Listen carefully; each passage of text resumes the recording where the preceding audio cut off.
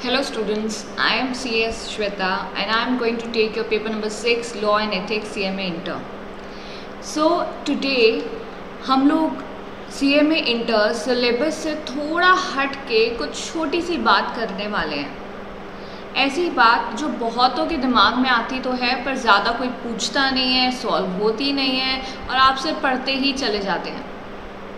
अब ऐसे आप बोलेंगे मैम ऐसी कौन सी बात है जो हम सिर्फ पढ़ते चले जाते हैं और हमें पता ही नहीं है.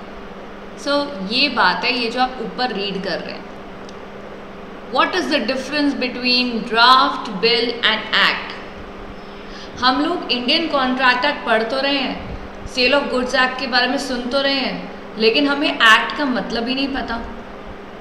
तो अगर हमें मतलब नहीं पता है तो ये बहुत गलत बात है. हमें पहले लॉ पढ़ने से पहले लॉ बनता कैसे है उसके बारे में तो पूरी जानकारी होनी चाहिए. So here I come for you to tell the difference between draft, bill and act. So इन तीनों में क्या डिफरेंस है? ये क्या है? ये ड्राफ्ट हम पढ़ते हैं, बिल है, ये बिल है, इस दिन प्रेजेंट हुआ था, एक्ट है. इन सब चीज़ों में क्या डिफरेंस है? And I also want to tell you what is law. Law क्या होता है? जो भी रूल्स जो भी कानून कंट्री में प्रिवेल हो रहा है दैट इज़ लॉ. पर जब उसको जैसे छोटा सा कानून भी है वो भी लॉ ही कहलाया जाएगा. लॉ एक ब्रॉडर टर्म है, लेकिन एक्ट है रिटन लॉ जो आप पे लागू होगा. आप उसको समझने के लिए आपको एक छोटी सी बात समझनी बहुत ज़रूरी है. वो है about your central government. Central government हमारी कंट्री का सेंट्रल आपको पता है सेंट्रल गवर्नमेंट स्टेट गवर्नमेंट होती है, लेकिन सेंट्रल जब भी लॉ बनाने की बात आती है तो सेंट्रल गवर्नमेंट की बात ज़रूर आती है. और सेंट्रल गवर्नमेंट की मशीनरी को समझना बहुत ज़रूरी है. That is legislative, executive and judiciary. अब यहाँ पे ये क्या है? सेंट्रल गवर्नमेंट की जो फंक्शनिंग है उसको 3 पार्ट्स में डिवाइड करा गया है. लेजिस्लेटिव, एग्जीक्यूटिव एंड जुडिशरी, जिसमें लेजिस्लेटिव का काम है टू मेक लॉज. लेजिस्लेटिव का काम क्या है? To make laws. एग्जीक्यूटिव का काम क्या है? To implement laws. और जुडिशरी का काम क्या है? To interpret laws. अब ये तीनों बातें जो यहाँ पे लिखी है, इन तीनों का मतलब क्या है? लेजिस्लेटिव में जो बॉडीज़ आती हैं उनका काम है कानून बनाना. एग्जीक्यूटिव में जो डिपार्टमेंट्स आते हैं उनका काम है उसी कानून को इम्प्लीमेंट करना. और जुडिशरी में जैसे आप पढ़ रहे हैं क्या लिखा है? To interpret laws. अब यहाँ पे इंटरप्रेट लॉज का क्या मतलब होता है? जुडिशरी का मेन काम होता है पीस एंड ऑर्डर मेंटेन रखना कंट्री में, जिसके लिए वो ये मेक श्योर करते हैं कि लॉ एंड ऑर्डर का बिल्कुल भी ना मिसयूज़ करा जाए ना ही उसको ब्रेक करा जाए. अब जैसे देखिए मैं लॉ बना रही हूँ, आप इम्प्लीमेंट करने का काम कर रहे हैं इंस्टीट्यूट में, और हमने एक कमेटी बनाई है जो इंटरप्रेट कर रही है. इंटरप्रेट मतलब कि जब भी कोई कॉन्फ्लिक्ट होता है उसको रिजॉल्व करती है, उसको देखती है कि आपने क्या कानून तोड़ा है या नहीं. तो जुडिशरी का काम है टू इंटरप्रेट लॉज. ठीक है. अब हमें ये जानना है कि हमारे लेजिस्लेटिव, एग्जीक्यूटिव और जुडिशरी में आता कौन है. देखिए आज का जो हमारा टॉपिक है वो मेजरली है लेजिस्लेटिव, जो लॉ बनाता है, क्योंकि आज हम जो बात कर रहे हैं वो लॉ बनाने के ऊपर ही कर रहे हैं. लेकिन एक छोटी सी बात अगर मैं आपको बताऊं फिर भी, एक लेजिस्लेटिव में कौन कौन से ऑर्गन्स हैं. लेजिस्लेटिव में आते हैं आपके president, Lok Sabha and Rajya Sabha. Lok Sabha is the lower house, Rajya Sabha is the upper house and your president. ये इन सब तीनों का बहुत ही इम्पॉर्टेंट रोल है लॉ बनाने के पीछे. आप इस बात से पूरा अग्री करेंगे जब मैं आगे बढ़ूंगी तो आपको पूरा समझ में आएगा कि हाँ, एक्ट बनाने के पीछे और कानून बनाने के पीछे मेन तो लेजिस्लेटिव का ही प्रोसीजर है. फिर भी एग्जीक्यूटिव में कौन कौन आता है? एग्जीक्यूटिव में president, vice president and your prime minister and his cabinet. तो जब इम्प्लीमेंटेशन की बात आती है वहाँ पे भी प्रेसिडेंट का बहुत ही इंपॉर्टेंट रोल है. वहाँ पे आपके वाइस प्रेसिडेंट का भी बहुत इंपॉर्टेंट रोल है and prime minister with his cabinet. ये तीनों का बहुत ही अहम रोल होता है लॉ को एग्जीक्यूट करना कंट्री में। एंड जुडिशरी में कौन आते हैं? जो इंटरप्रेट करते हैं लॉज, एंड इंटरप्रेट मतलब जो मेक श्योर करते हैं कि लॉ एंड ऑर्डर मेंटेन रहे। और जब भी हमारे बीच में कॉन्फ्लिक्ट होती है तो हम कहाँ जाते हैं? कोर्ट्स में, क्योंकि कोर्ट्स का ही काम है ये तय करना कि आपने गलती करी, कौन सही है कौन गलत है, इंटरप्रेट करते हैं। तो यही काम होता है जुडिशरी का। तो जुडिशरी में आते हैं आपका सुप्रीम कोर्ट, आपके high courts and subordinate courts, right. So ये तीनों मिलके बनाते हैं हमारा जुडिशरी। तो लेजिस्लेटिव, एग्जीक्यूटिव एंड जुडिशरी। लेकिन हमारा जो आज का मेन टॉपिक है वो हमारे लेजिस्लेटिव प्रोसीजर के ऊपर है कि लेजिस्लेशन बनता कैसे है, एक एक्ट, एक कानून बनता कैसे है। तो let's put your eyes on the screen and listen about draft. ये जो आपका ड्राफ्ट है ये क्या होता है? ड्राफ्ट को अगर हम जनरली इंग्लिश में भी सुने कि जैसे मैं आपको बोलूँ कि एक प्रपोजल तैयार करो कंपनी का, एक कंपनी का प्रोजेक्ट तैयार करो, ड्राफ्ट तैयार करके मुझे दिखाओ। अभी मैंने अप्रूवल नहीं दिया, सिर्फ ड्राफ्ट। ड्राफ्ट को हम एग्जैक्टली ये नहीं बोलेंगे कि रफ वर्क होता है कुछ, but draft only means when it is pen down, जब लिखा जाता है, ठीक है ना, उसको बोलते हैं हम ड्राफ्ट। तो जब भी कोई कानून बनता है उसका भी ड्राफ्ट बनाया जाता है। और जैसे कि आप देख रहे हैं, draft lays down the objective as guide and guidelines of the proposed laws. जो भी प्रपोज लॉ बनाए जा रहे, प्रपोज मतलब कि जो कानून बनाए जाने वाले हैं, पहले उसका ड्राफ्ट तैयार करा जाता है जिसमें उस कानून के बारे में लिखा होता है। यही ड्राफ्ट फिर प्रेजेंट किया जाता है before the house of parliament. देखिए, इस ड्राफ्ट को जब पार्लियामेंट में प्रेजेंट किया जाता है, लोकसभा राज्यसभा में, तो ये ड्राफ्ट का जो लीगल नेम है वो है बिल। ये क्या बन जाता है? बिल। तो ड्राफ्ट तैयार करा लॉ मेकर्स ने, ठीक है।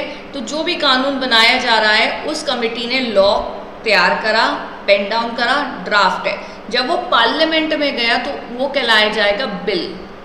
जैसे कंपनी लॉ का ड्राफ्ट है तो कंपनीज बिल 2021, जो भी कानून बनाया जा रहा है उसी के नाम के आधार पर उस बिल का नाम तय करा जाएगा, ठीक है।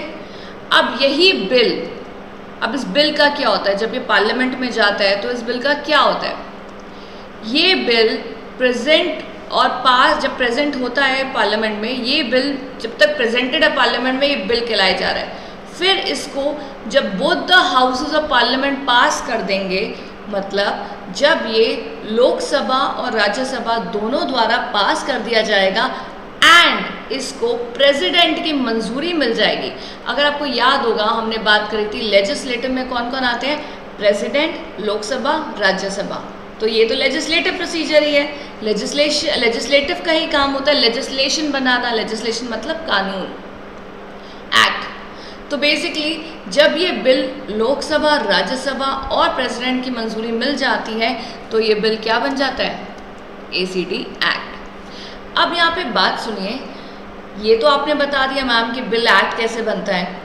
अब और जो बड़ी इंपॉर्टेंट बात है बिल और एक्ट के बीच में डिफरेंस, वो ये है कि जब तक कि एक कानून बिल होता है पार्लियामेंट में, वो आप पे लागू नहीं हो रहा। जैसे ही वो पास हो जाएगा पार्लियामेंट में और वो प्रेसिडेंट द्वारा साइन हो जाएगा तो वो क्या बन जाएगा? आपका एक्ट। और जब वो एक्ट बन जाएगा तब से ही वो लागू होना शुरू हो जाएगा।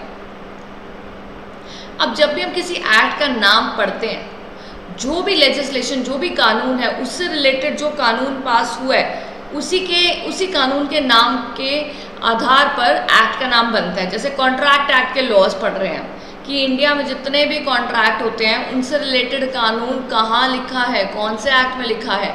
इंडियन कॉन्ट्रैक्ट एक्ट 1872, मतलब ये 1872 में पास हुआ। Sale of goods act, India में कुछ भी सेल होगा तो उसका कानून कहाँ लिखा है? सेल ऑफ गुड्स एक्ट में। तो सेल ऑफ गुड्स के बारे में बात हो रही है तो नाम क्या है? Cell of goods. एक्ट का मतलब कानून, पास हुआ हुआ कानून। और कब हुआ था ये? 1930। तो हम लोग जो ईयर होता है that is the year of passing of that bill and it became act, ठीक है ना। तो ऐसे ही हमारी कंट्री में कानून बनता है। पार्लियामेंट के सेशंस होते हैं, बैठक होती है, डिस्कशंस होती हैं। जब भी बिल पार्लियामेंट के सामने प्रेजेंट होता है वो हाउसेस डिस्कशंस करते हैं उस बिल के ऊपर। उसके बाद वो एक वोटिंग के ज़रिए ये अपने आप को सुनिश्चित करते हैं कि क्या ये बिल आगे हमारे कंट्री के लिए फ़ायदेमंद होगा या नहीं। फ़ायदेमंद होता है तो वो एक्ट बन जाता है और अगर फ़ायदेमंद नहीं होता तो वो वहीं रद्द हो जाता है। ठीक है ना। तो कहने का मतलब ये है कि लेजिस्लेटिव का बहुत ही इंपॉर्टेंट हाथ है बिल को एक्ट में बनाना। और जब तक बिल है वो हम पे लागू नहीं है। अगर मैं आपको बोलूँ एक नया बिल आया पार्लियामेंट में, उसमें ये लिखा है कंपनी सेक्रेटरीज के लिए, चार्टर्ड अकाउंटेंट्स के लिए या CMAs के लिए, तो कुछ भी लिखा हो हम पे तब तक लागू नहीं होगा जब तक कि वो क्या नहीं बन जाएगा, एक्ट। हमारी कंट्री में ये बोलना तो बहुत आसान है कि लॉ है, लेकिन लॉ एक ब्रॉडर टर्म है। लॉ और एक्ट में क्या फ़र्क है? लॉ ब्रॉडर टर्म है। अगर आपको बोला जा रहा है कि ये कानून है, ठीक है कानून है, लेकिन जब वो कानून रिटन में होता है वो एक्ट कहलाया जाता है। अब तो आपके दिमाग में बिल्कुल अच्छे से क्लियर हो गया होगा कि ये एक्ट है क्या। एक्ट किसको बोलते हैं? बिल भी सुना है, बिल क्या होता है, ड्राफ्ट भी अब आपको पता चल ही गया है। तो draft, bill and act, a quick revision. सबसे पहले तैयार होता है लॉ मेकर्स द्वारा ड्राफ्ट को पार्लियामेंट में प्रेजेंट किया जाता है, वो कहलाया जाता है बिल। उसी बिल पे डिस्कशंस होती हैं, वोटिंग होती हैं, काफ़ी बातें होती हैं, काफ़ी पहलू देखे जाते हैं बिल के कि ये फ़ायदेमंद होगा नहीं होगा, इसका क्या करना है। उसके बाद जब ये पास कर लेता है लोकसभा, राज्यसभा, प्रेसिडेंट की मंजूरी मिल जाती है तो ये बिल क्या बन जाता है, एक्ट। और जब ये एक्ट बन जाता है तो हम लोग पढ़ते हैं, बुक्स में भी आता है। अच्छा देखिए, मैं एक और बात बताना चाहती हूँ, जो आपके सिलेबस में एक्ट होता है, आप ये मत समझिए कि इंडियन कॉन्ट्रैक्ट एक्ट हमने 20 पन्नों का पढ़ा तो एक्ट खत्म हो गया, नहीं। एक्ट में काफ़ी चैप्टर्स होते हैं, सेक्शंस होते हैं, सब सेक्शंस होते हैं, क्लॉजेस होते हैं, सब क्लॉजेस होते हैं। अच्छा, अब आपके लिए मैं एक और वीडियो बनाऊंगी जिसमें मैं आपको डिफरेंस बताऊंगी कि सेक्शन को रीड कैसे करा जाता है। ऐसा हम पढ़ते तो हैं, लिखा होता है 2, 1, A, फिर ब्रैकेट में रोमन्स में 1, तो ये पूरे को रीड कैसे करना है, सेक्शन किसको बोलते हैं, सब सेक्शन को किसको बोलते हैं, क्लॉज किसको बोलते हैं, सब क्लॉज किसको बोलते हैं, और इनमें डिफरेंस क्या है। लॉ पढ़ रहे हैं तो लॉ की बारीकियाँ तो पता होनी चाहिए ना। देखिए, हम लोग प्रोफेशनल्स हैं, हम लोग आगे जाके जब अपनी ट्रेनिंग ख़त्म करेंगे सीधा हम लोग एक प्रोफेशनल की तरह कंपनी ज्वाइन करेंगे। देन हमें बारीकियाँ नहीं पता होनी चाहिए तो किसको पता होंगी। अगर आपने ही अगर सेक्शन गलत रीड कर लिया तो आपकी क्या अहमियत रहेगी कंपनी में, क्योंकि आप एक प्रोफेशनल है, आपसे हाईली एक्सपेक्टेशंस होती है। तो हमें हर चीज़ की बेस, बारीकियाँ सब पता होनी चाहिए, राइट। सो अगर आपको और भी कोई टॉपिक्स में जानना हो, कोई कन्फ्यूजन हो लॉ में, पढ़ा तो मैं आपको रही हूँ सारे चैप्टर्स, लेकिन कभी कभी क्या होता है कुछ टर्म्स में हमें समझ नहीं आता, कुछ टर्म्स में क्लैरिटी नहीं मिलती। Please let me know, I will definitely make a video on it. Okay, so thank you, signing off. I will get a new topic on law for sure next time. Till then, stay safe, stay healthy and study hard.